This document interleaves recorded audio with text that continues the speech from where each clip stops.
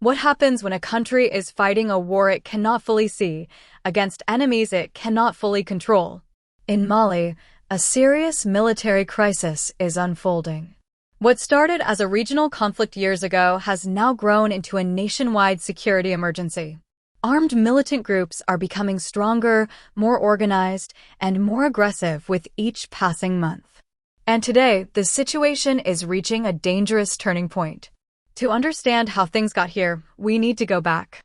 Mali has been unstable since 2012, when a rebellion in the north quickly escalated into a full-scale conflict. What began as a political and ethnic struggle soon attracted extremist groups linked to Al-Qaeda and Islamic State. These groups didn't just enter the conflict, they transformed it. Over time, militants spread far beyond the northern deserts. Today, they operate across central and even southern regions of the country. Their strategy has evolved. They no longer rely only on large-scale battles. Instead, they use guerrilla tactics, fast, unpredictable, and deadly. Military convoys are ambushed on remote roads. Bases are attacked in the middle of the night. Improvised explosive devices are planted along supply routes. And in many cases, these attacks are coordinated with precision, suggesting a level of planning that Mali's forces are struggling to match. But this isn't just a war between soldiers and militants. Civilians are paying the highest price.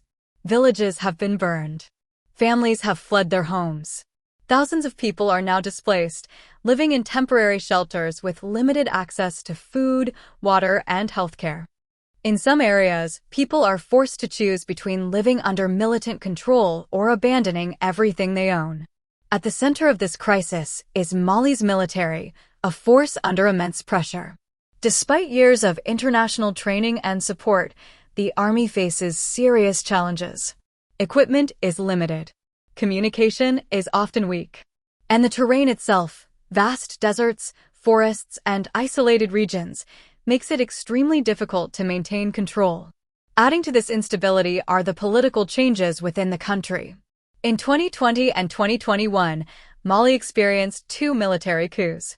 These events brought Assimi Goïta to power, a leader who promised to restore security and stability.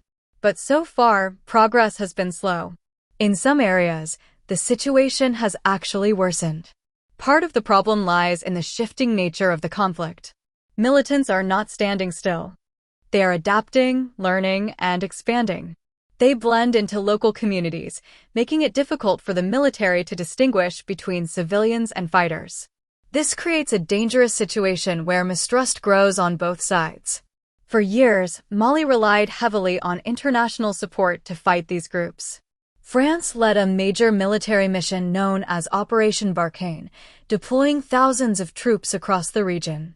Their goal was to target extremist networks and support local forces. Alongside them was the United Nations peacekeeping mission, MINUSMA, one of the largest UN operations in the world. But everything changed in recent years.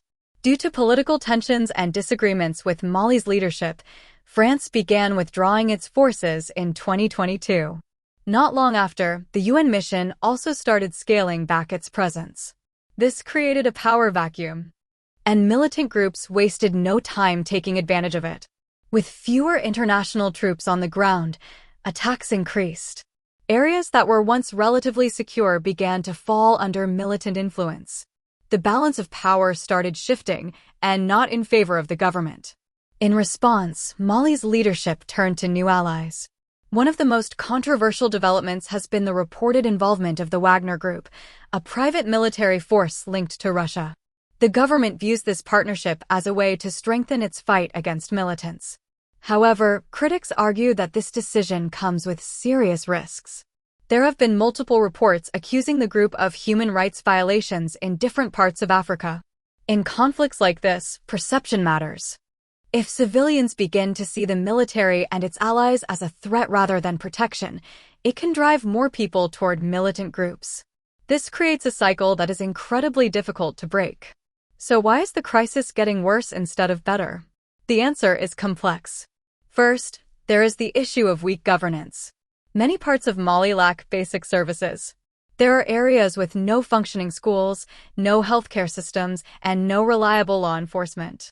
In these regions, militant groups often step in to fill the gap, offering a form of control that, while harsh, appears more stable than chaos. Second, there are deep-rooted ethnic tensions. Militants exploit these divisions, recruiting fighters by promising protection or revenge against rival communities. Third, economic hardship plays a major role. Poverty is widespread. Job opportunities are scarce.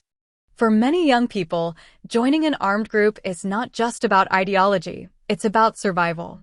And finally, geography itself is a major challenge. Mali is a vast country with large, difficult-to-access areas. Monitoring these regions requires resources that the military simply does not have. But this crisis does not stop at Mali's borders. Neighboring countries like Burkina Faso and Niger are facing similar threats. The entire Sahel region is becoming increasingly unstable. Borders in this region are not tightly controlled. Fighters, weapons, and resources move freely across countries. This means that instability in Mali can quickly spread beyond it. What we are seeing is not just a national crisis, it is a regional one. So, what happens next? There are a few possible paths forward. In one scenario, Mali's military manages to regain control, improving coordination and pushing back militant groups. This would likely require stronger strategies, better resources, and possibly renewed international support. In another scenario, militant groups continue to expand, gaining control over more territory and further weakening the government's authority. This could lead to fragmentation, where different regions are controlled by different armed groups. There is also the possibility of negotiations. In some conflicts, governments have attempted to reach agreements with certain militant factions. However, this approach is complicated and often controversial, especially when dealing with extremist ideologies. What is clear is that military force alone will not solve this crisis. Long-term stability will require more than just weapons. It will require rebuilding trust between the government and its people. It will require investment in education, infrastructure, and economic opportunities. And it will require cooperation not just within Mali, but across the entire region. Because without addressing the root causes, the cycle of violence will continue. Mali's crisis is a warning of what happens when insecurity, political instability, and economic hardship collide. A warning of how quickly a localized conflict can grow into something much bigger. And right now, that warning is becoming louder. Unless meaningful change happens soon, Mali risks slipping further into instability, with consequences that could affect far more than just one country.